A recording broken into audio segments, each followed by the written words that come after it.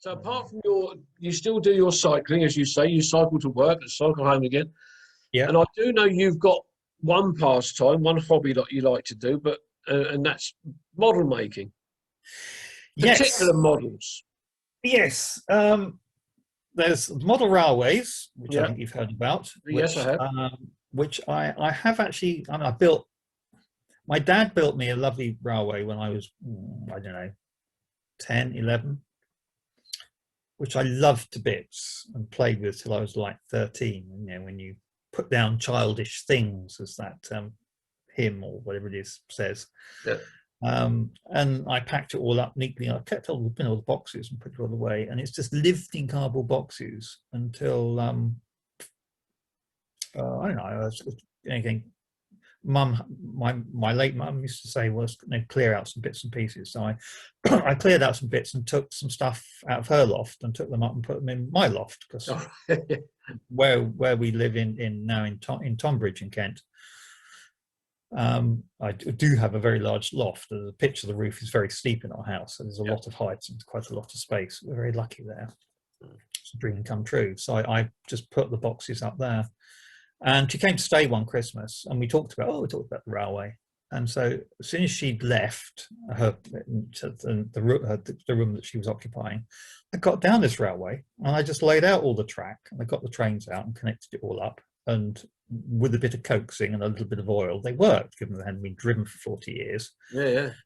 And I thought, wow, this is rather fun. And the kids rather liked it. So I thought, wouldn't that be fun to try and do something with model railways? Because I've always kind of like wanted to, but never had the space. Yeah. And suddenly I have got the space. I've got the loft. So I joined a local model railway group and spent about 2 years deciding what it was I was going to do. Essentially, you have two choices if you're going to be a model railwayer. Excuse me.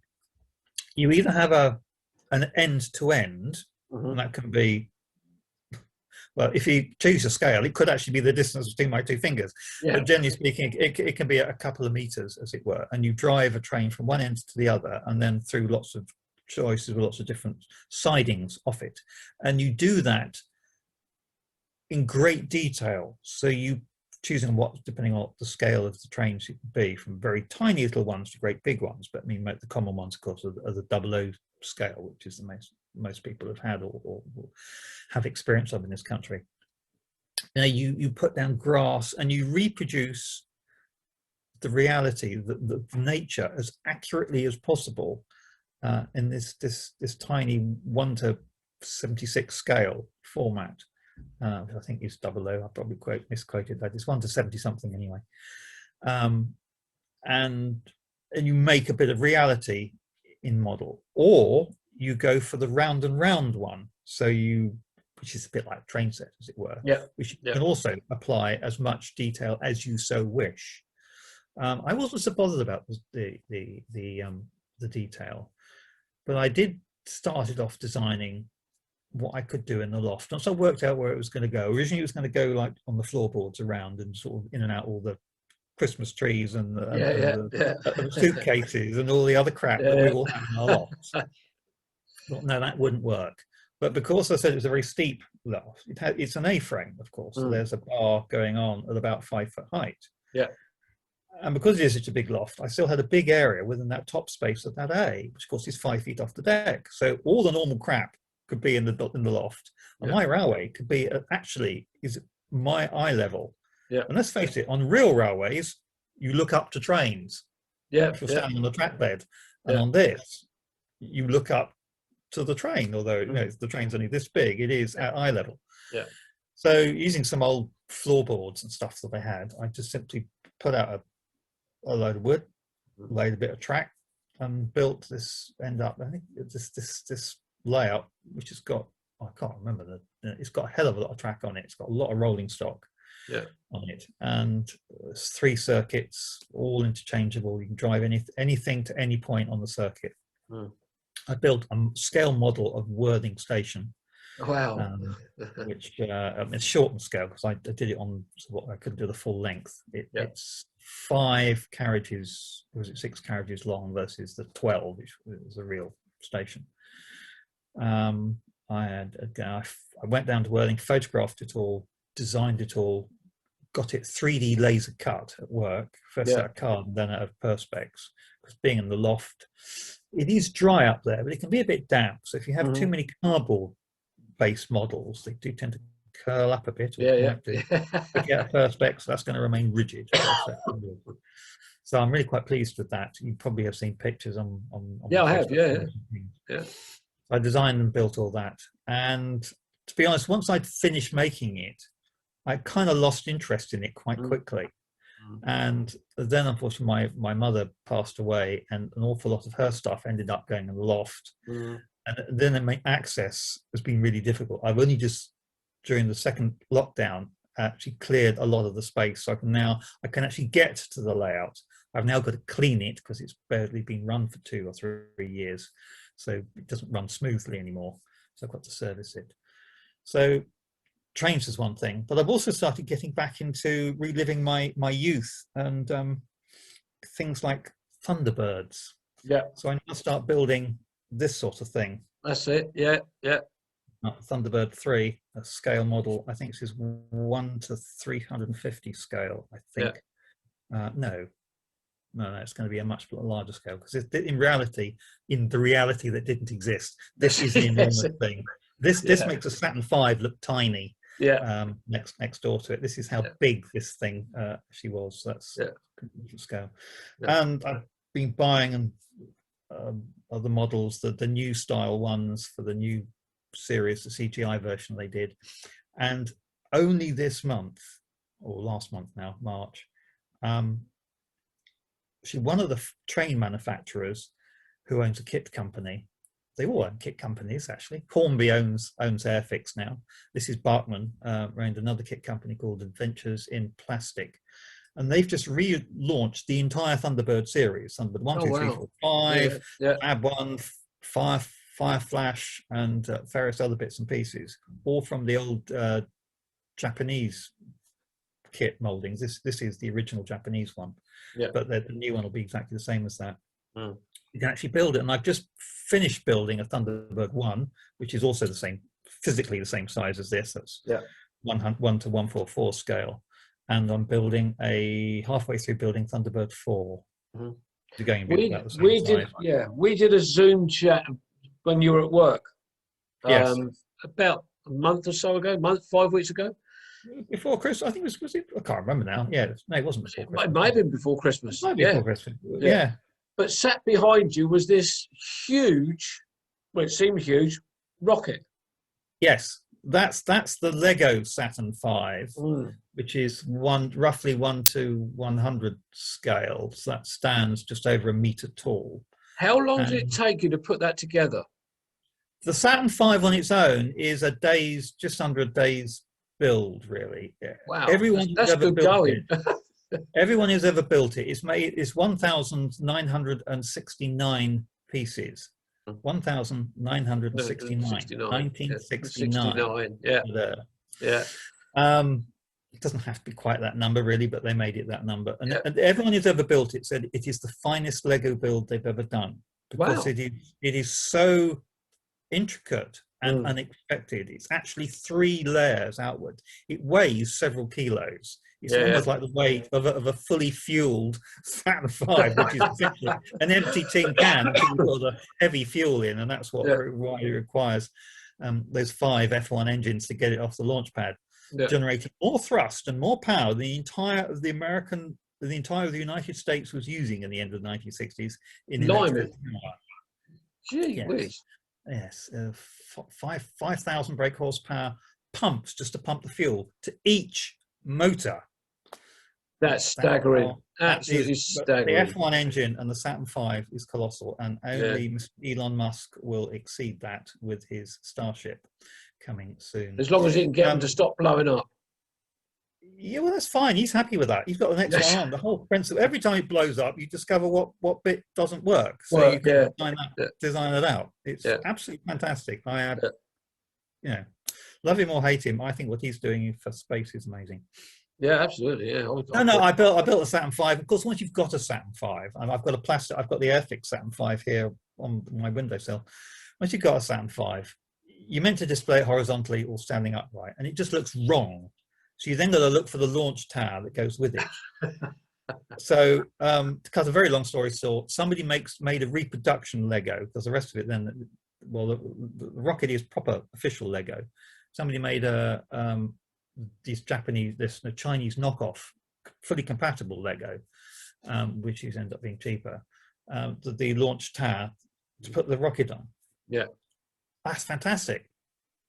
Oh, but I need the crawler. You remember the crawler? That thing that takes the assembled rocket and its launch tower from the build from 5 miles down the launch to pad 39A, where all the Saturn V's took off at Cape Canaveral. So you then need the crawler. So again, went back to this company who launched it and who did this fake Lego, and that was my Christmas present this Christmas. So you do all these wonderful models, and you've got them in your house. So is this something? Some of them at work, and a lot sitting in loft. Some assembled, some are not. So the ones that are out, is this something that your wife actually enjoys to have around? No, there are 2 fabulous lunar modules, a Lego one and a beautifully scaled kit one sitting on the window sill downstairs. I've got acrylic boxes to put them in. Again, with laser cut at work. I'm actually having my new Thunderbird 1 is having its box cut for it tomorrow. I'm going to arrange getting a box, put this in as well. So at least if it is out, it doesn't get dusty and looks more of a piece of it's meant to be.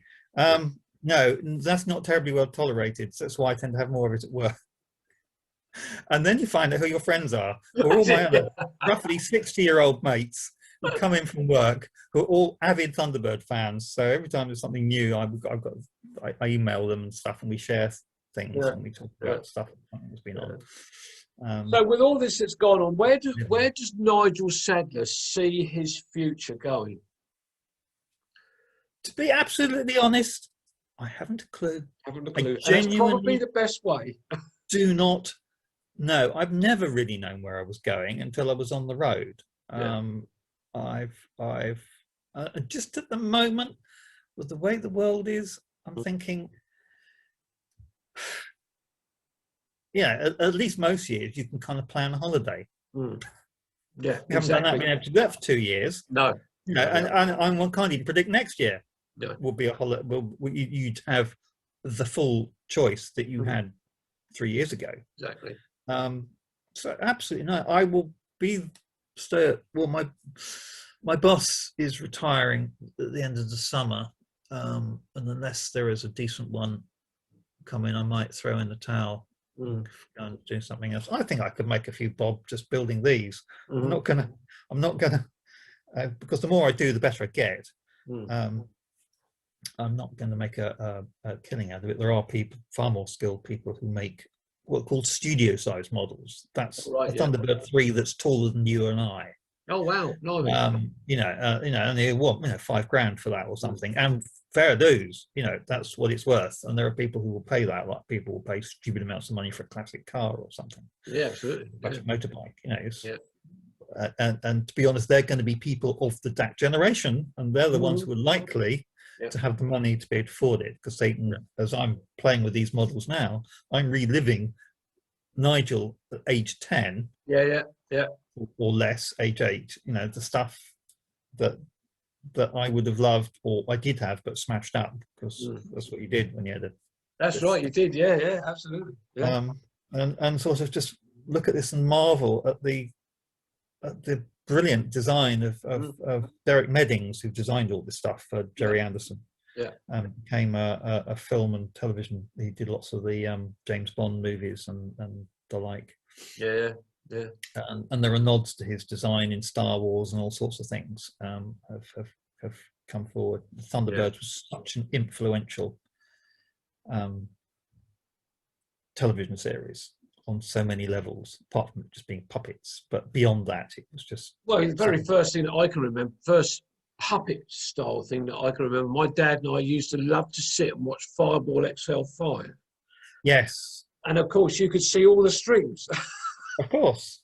Supercar was so enjoyable. I started... Jerry Anderson was Supercar, which I found quite scary. I think because it had this rather scary monkey, I think, which was really quite weird.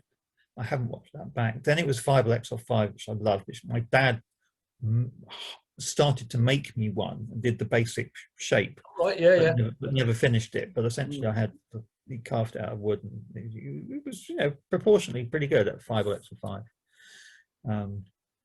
Then the lovely Stingray. Stingray, yeah. I'd love Joy it. Tempest. These people haven't made a Stingray. I'd like to gain a Stingray about this long. I've got much smaller Stingrays. Yeah. Then came Thunderbirds, then Captain Scarlet, That's it. and then a few weird things like Secret Service and Gem 90 and UFO, and then Space 1999 or whatever it's called. Yeah. Many of which I'm buying on DVD and watching them all. I love to watch some of the old ones.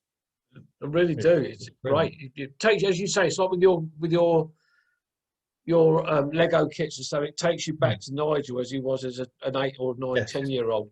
And when I watch some of the programs, because I'm 4 years older than you, it's, you know, it just takes me back to, as I say, my dad and I used to watch Fireball XL5, and then we used to watch Thunderbirds together or Stingray together. And they were joyous times. I just obviously can't go back in time, but yeah, I just love those days. It was brilliant. There was a sense of wonder, particularly Thunderbirds, when, you know, this rescue and helping people concept. Yeah. It was just so thrilling, and this technology, you know, people with a phone in their and a picture. Like, no way could this ever happen. You know, that's right. Yeah, exactly. Someone was very smart. They were thinking ahead. Yeah, and all this stuff is like, you know, now it does look rather dated in certain aspects because we have technological solutions that they're kind of really struggling with. But that's just that bit. But other things, they were still well ahead of their time. Oh yeah, absolutely. So creative. Yeah. So well, Nigel, look, we've gone on now for, according to my time, about an hour. God, sorry. No, that's fine. It's not my fault. No, he made me. He made me talk. It's fine, because this is what I want. This is what I like about the Zoom chats. It's just two friends talking to each other, and we're talking about someone's past and what they're doing, etc., etc. And that's what I thoroughly enjoy about them. You're finding out about, you know, you and I have met each other a couple of 3 times, but we don't really know each other. But for us to do these Zoom chats, I thoroughly enjoy them because I'm finding out more about the person behind the name. So Nigel, I really appreciate your time. Thank you very much indeed. I've really enjoyed it. I really enjoyed it. Thank you so much, Kevin. And dear viewer, if you have been watching, thank you for putting up with this. This is probably going to be one of those Zoom chats that I'll do in two parts. Probably, yes. Yeah. All right, Nigel. Credits. Take care of yourself. Hopefully we'll meet in person in the coming months or so. Let's hope so. Absolutely so. Take care of yourself. I love Midhurst. Calgary's my favourite place, so you know that. Well, yeah, absolutely. Bye-bye. Bye.